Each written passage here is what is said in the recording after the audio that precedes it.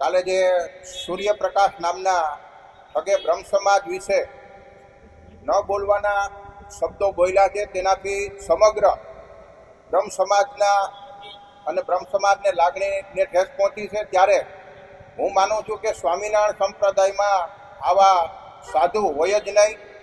આવા ઠગ સાધુ બની બેઠેલા છે. એટલે પહેલાં તો સ્વામિનારાયણ સંપ્રદાયના સમુદાયને પણ હું વિનંતી કરું છું કે આવા લોકોને સંપ્રદાયમાંથી બહાર કાઢવા જોઈએ અને વારંવાર આવા નિવેદનોથી સનાતન ધર્મને હાનિ પહોંચે. અને કાલે આનો જડબાતોડ જવાબ ત્યાંને ત્યાં જ આપણે અનિરુદ્ધભાઈ દવે કચ્છમાંથી આપ્યો છે અને સમગ્ર ગુજરાતમાંથી બ્રહ્મ સમાજના વિવિધ આગેવાનોએ પણ આપ્યો છે. ત્યારે હું માનું છું કે આવા લોકોને બ્રહ્મ સમાજના કાર્યક્રમોથી દૂર રાખવા જોઈએ. બ્રહ્મ સમાજના કાર્યક્રમોમાં બોલાવા જ ન જોઈએ. ત્યારે સંસ્કૃતમાં પણ કીધું છે કે બ્રાહ્મણમ નૈવ ભિક્ષંતિ શિક્ષયંતિ ગ્રહે ગ્રહે.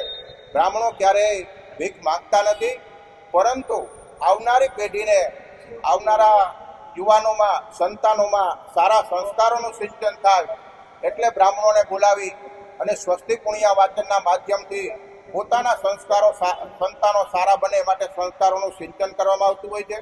ત્યારે આવા ઠગના માતા પિતાએ પણ મને એવું લાગે છે કે એનામાં સારા સંસ્કારોનું સિંચન નહીં કર્યું હોય. માતૃપિતૃ કૃતાભ્યાસો ગુણિતા મેથી બાલક ન ગર્ભચ્યુતિ માત્રના પુત્રો ભવતી પંડિત. એટલે મને એવું લાગે છે કે આના માતા પિતાએ પણ ફરીથી બ્રાહ્મણોને બોલાવી અને એની માફી માગવી જોઈએ અને ફરીથી આવા ઠગના સારા સંસ્કારો આવે માટે બ્રાહ્મણો પાસેથી વિધિ વિધાન કરાવવું જોઈએ. એ જ અભ્યર્થના. અને આવનારા સમયમાં બ્રાહ્મણો પણ આનો જડબાતોડ જવાબ આપશે. ત્યારે આનાથી બ્રહ્મ સમાજની લાગણીને ઠેસ પહોંચી છે અને હવે પછી કોઈ પણ સંપ્રદાયના કોઈ પણ આવો બ્રહ્મ સમાજ વિશે બોલશે તો એનો પણ અમે જડબાતોડ જવાબ આપશું. જય પરશુરામ. એ જ અભ્યર્થના.